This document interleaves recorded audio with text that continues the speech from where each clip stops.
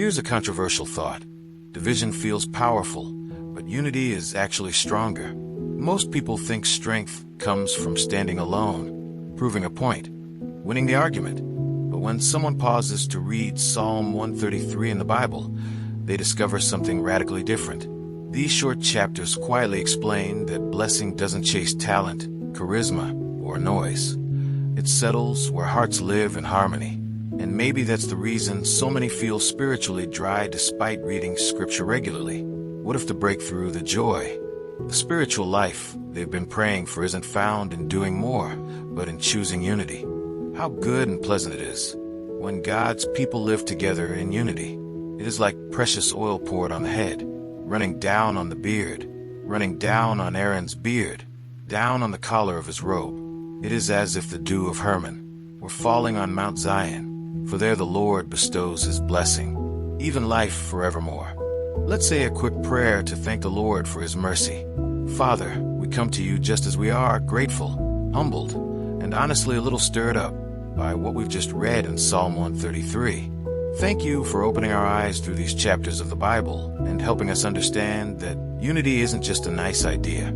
It's a place where you command blessing. Thank you for the wisdom, for the clarity, for the gentle correction in our hearts. Lord, help us not to just read and move on. Help us live it. When pride rises, remind us of what Psalm 133 explains. When misunderstandings come, teach us to choose humility. Show us how to build unity in our homes, in our churches, in our daily conversations, one decision at a time. And please, Father, let the oil of your joy and the dew of your refreshment flow over our lives.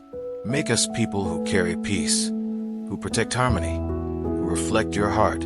Thank you for speaking to us through your word. Now give us the courage to apply it today, not someday. Amen. Now let's get real for a moment. After you read Psalm 133 and truly let the Bible explain its depth through those short yet powerful chapters, the question isn't, was that beautiful? It's, what am I going to do about it? Unity doesn't magically appear, it's chosen. So who do you need to forgive? Where have you allowed pride to build a quiet wall? What conversation have you been postponing that could release the very blessing Psalm 133 talks about? Here's the challenge this week. Take one intentional step toward unity. Send that message. Initiate that prayer. Invite someone to read a chapter of the Bible with you. Start with Psalm 133 and then explore related chapters that talk about love and community. Don't just consume the word, live it. Because the blessing the Bible describes isn't theoretical. It's activated in real relationships, in real decisions, in real humility.